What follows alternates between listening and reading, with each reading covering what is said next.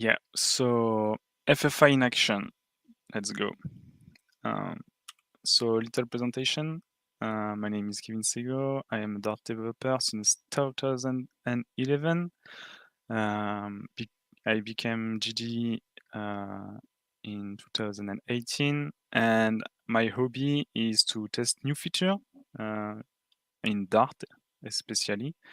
I also run meetup and conference in France, and I am a member of the GDG Toulouse, the Pink City, in the southwest of France. So let's dive. Before we start diving into binding things, because it's the subject of the talk, we will just take a minute to look at this table because we will use it later. And basically, what she did, so on the left we have the Dart type. In the middle, we have what we will use with Dart FFI. So it will be Dart code, but it's not using the Dart type we have here. And on the right, we have the C type that are matching this type. So basically, we will take the we will take the C type. Then we will have to write some intermediary code that will be this one, and then we will have the Dart type that will be this one. So to start with a little warm-up, we will I will demo you how to bind a little library which will just implement the Fibonacci code, and then we will use another demo to wrap something a little bit more difficult. So yeah, let's do that. Oh, no, not this one. So here are the type we have access to in Dart. So we have one native type that we can't really extend, but yeah. Then we have int, so we have int 8, 16, 32, etc., etc. And at the end, we have pointers on int. So we have float, we have double, we have void, which is the void equivalent in Dart. We have handle. We will not see how to use it in this demo because it's a little bit complicated. And we have native function. This thing, we will use it a lot today. So here I have two folders. One is the library and one is the, I call it C binding, but it's more Dart binding. So in the C, in the library, we have 4 files. One is the .h, we have all the definition of the function. One is the .c file, where we have all the implementation of our function. This one, the cmakelist.txt is how we will compile everything, and the .def is what will be used to be exported and things like that. So let's go see what we have inside. So we will have two basic functions. One is called Fibonacci. It just take an int and return an int. And basically yeah, we will see. And we have also a linear one, so it's the same, but written in a linear way. So on the C part, where we implement all the thing, we have one, oh, it's not the good name, in fact, but it's working, no problem. No. So we have a recursive one, which you probably already know. It's not because it's in C, should not be more complicated than in Dart, I think. And here we have one written the linear way. So basically, it just calculates the Fibonacci number. So now let's see how, and then we have, oh, I should remove this. And then we have the CMake that will say, here is the minimum value, here is the project, we use version 1.1, language is C, we add the library, we want the library to be shared. Here we pass the C file and the definition file, and then we set some target properties. Yeah, so now we can compile it. Pretty straightforward normally. And I am not in the good folder. Yeah, this one should be better. CMake. So here, basically, it will just create some new file. As we can see, we have created a makefile, CMake cache, and etc. etc. It's just an intermediary step before we can compile your library. And now with make here, we have the library created, so it's here. This one, these two are just linked to this one, in fact. And what we can do is, and now we can use it to do something. So let's see how we bind thing now. So you will need to import Dart FFI. So I have put a namespace here to show you what is in the FFI part and what is not. We will then, for each C function, we will have to write two type definition, one for the Dart FFI part, and one for the the pure Dart part. So the first one is this one. So here we clearly have some FFI type, and the second one, the Dart one, is this one. So int will be transformed automatically into int32, and yeah, voila.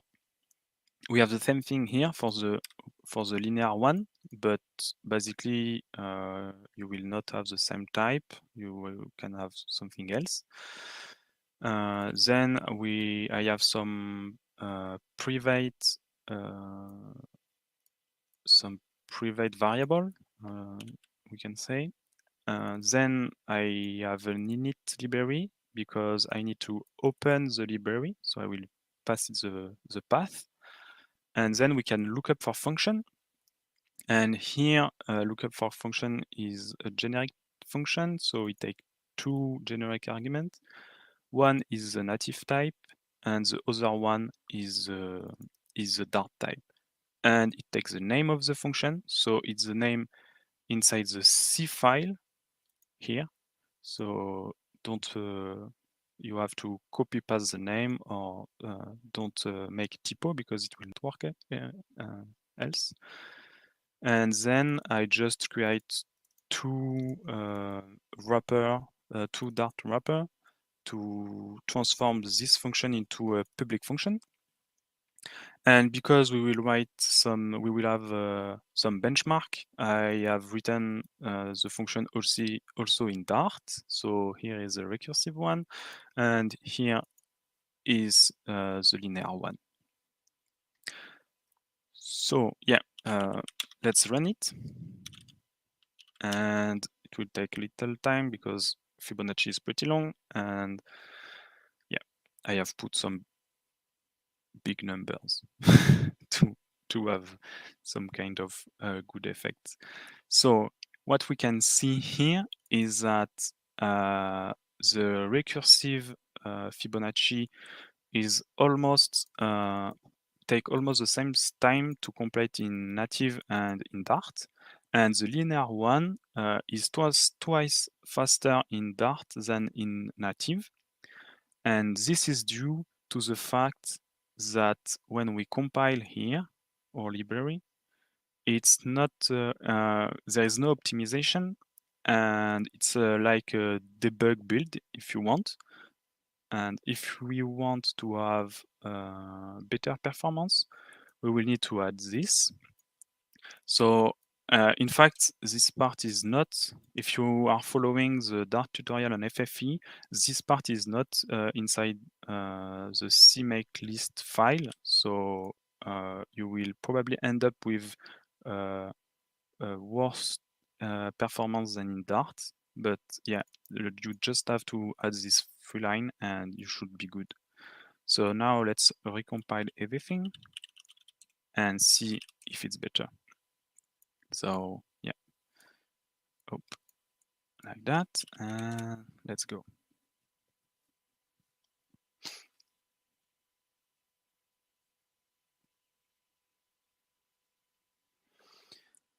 Okay, so now, as you can see, we have a really better performance between everything. So the recursive one is way better, and the linear one is we will say on par. But yeah, keep in mind that Fibonacci is not a really good example in terms of performance because it's something that is really easy to optimize in for the Dart compiler. So yeah, it's just it was just to illustrate that think about compiling your C code with optimization because else you can have some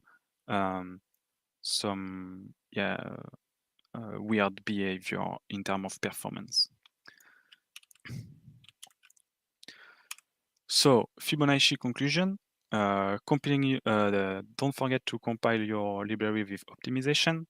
There is a lot of boilerplates, but you know you have to you have to type everything, so it seems pretty normal. And as you can see, it's relatively easy if you know how to read C code. Maybe even if we will see it can become pretty complicated by the time with bigger libraries or things like that, or more complex type. But yeah, if you can read C code, you should be able to write a binding. So now let's demo something a little bit more complicated. So what we will do is, I will take the SDL library. So basically, it's something we can create game with it, and game and other thing in 2D and 3D. It's compatible Windows, Mac, Linux, iOS, and Android. It's written in C, so perfect for us. So yeah, I have already downloaded it, so we will just use this, and we will compile everything. So it will take a little time, but don't worry, I have something else to do because you will see we have pretty lot of things to do.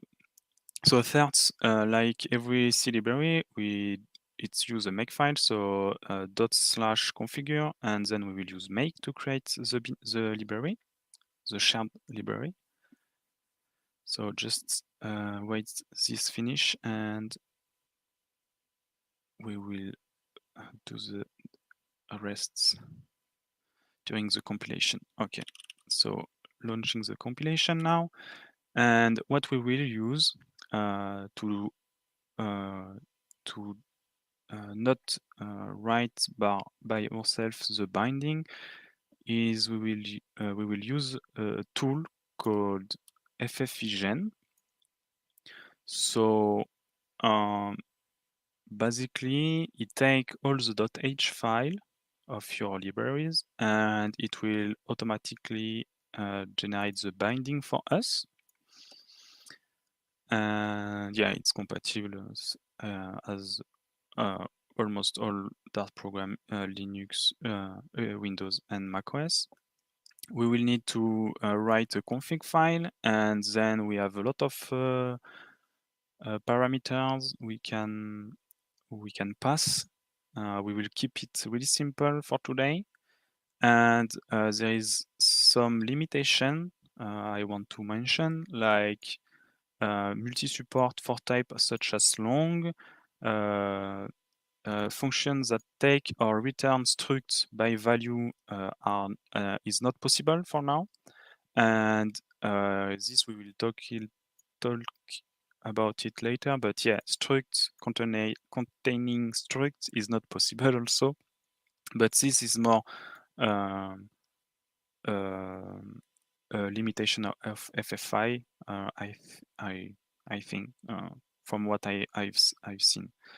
So yeah, we will do that right now, and like that, when it has finished compiling, we can try. So what we need is taking all the header of the library. So basically all the include. Here we have everything. I will just copy this. Oh, wrong thing. Take this and copy this here, like that. Oh, yes, it's okay. So now we have the include here. Here we have the config file. So the name of the library is SDL2. The output is where it will generate the binding. And here we tell him where are the header. And now we can do something like FFI. So yeah, pub run FFI -- config and the config file. Run it.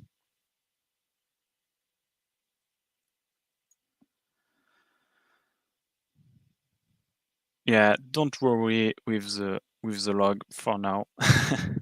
So as you can see, we have a lot of warning. So things that start with an underscore will be private, and yeah, a lot of things like that. We have some error also here, for example, header total warning file not found, for example. But for the demo of today, we don't really it will work. So yeah, then we need to copy one file. If it has finished, yes, it's finished. So now let's go here into the build folder .lib and take this one, SDL2, and then put it in the bin folder. And now here we have everything we need to run this little program here. So what it do is it will normally open a window and show us an image on it. So third thing is we will just do pubget and maybe restart everything because we don't find the file. Yep, okay. So yeah, here we have, so we open the library we have created right now. Then we create our SDL2 binding. So if we go here, we should see the generated code. So as you can see, there is a lot of things like, yeah, there's a lot of code here. I will not explain everything, but yeah, basically it has bind what he can, in fact, because there is a lot of things he didn't bind because he don't know how to bind it. So after that, we need 3 variable. So it was an SDL window pointer. So here it's written like that. Then we init the SDL, we create a new window, we pass some string. So here is a handy way to convert a string into a pointer of int 8. And it's in the FFI package here, we have here. And then what we do, we get the surface from the window, we load the BMP file, we put the image onto the screen surface, we update the window, we wait 2 seconds, and then we are waiting for the Control-C signal, and after that we can freeze the surface and destroy the window and then Git.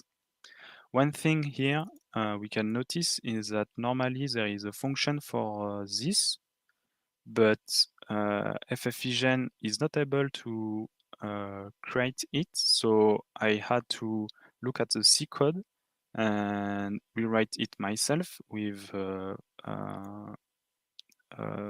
function. So basically, I just call this with the path of the file with a flag, and then I load the BMP file. So let's try running this.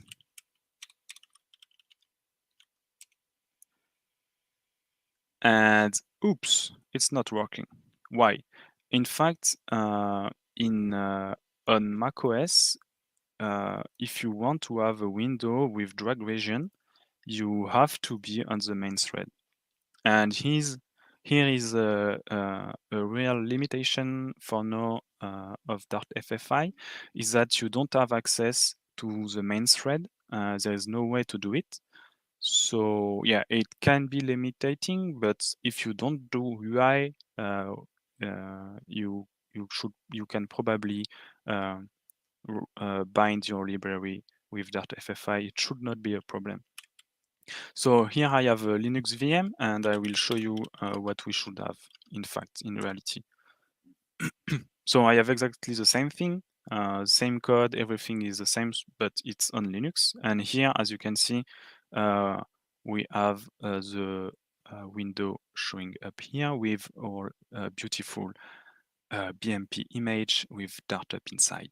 And when I Control-C here, the Windows is closed and everything is released as expected.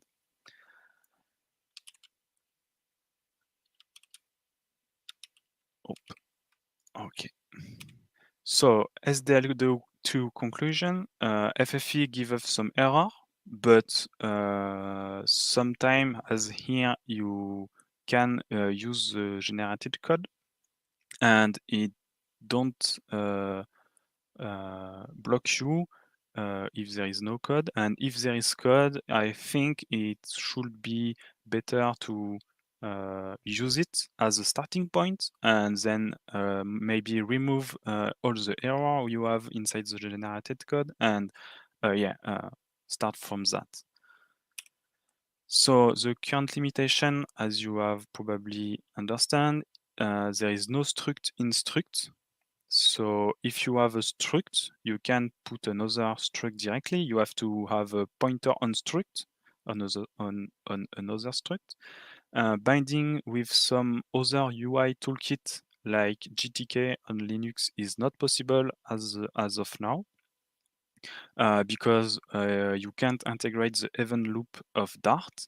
So for example, if you open the window and then you want to do some async stuff, you can't, because it will not be possible since the event loop is blocked by the C code.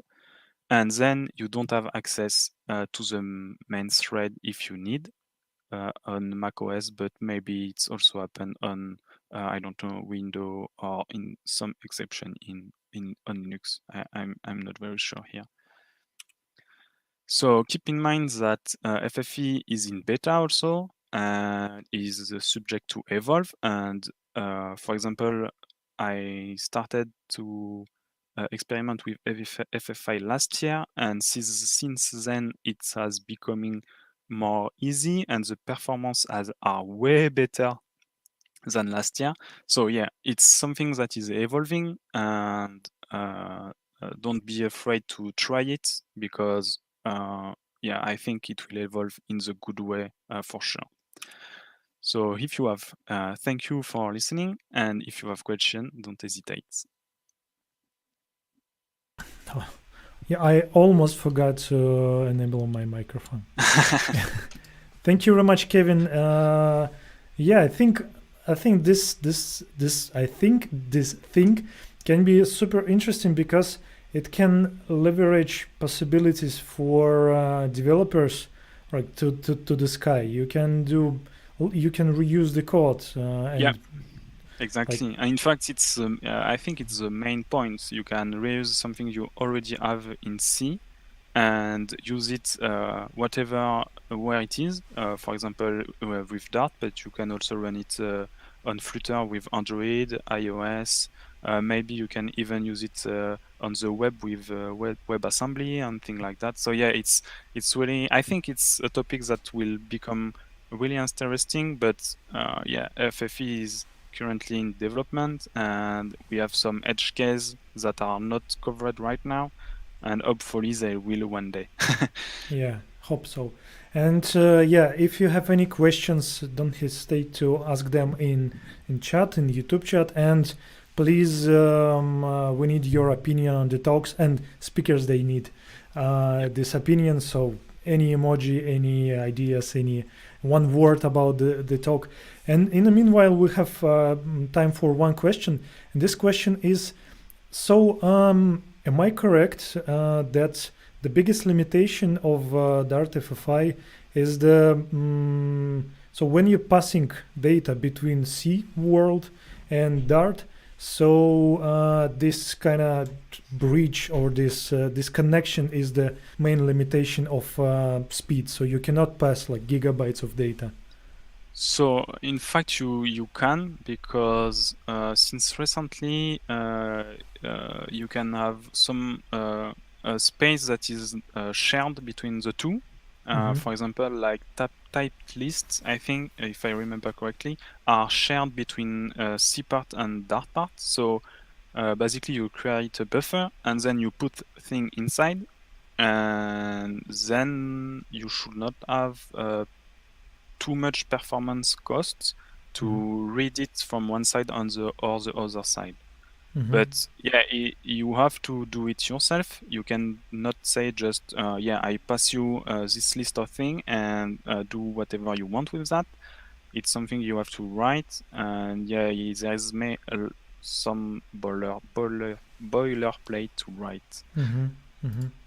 And we have time for another question, and the question. So, if we're talking about this FFI, are there any limitation regarding isolates?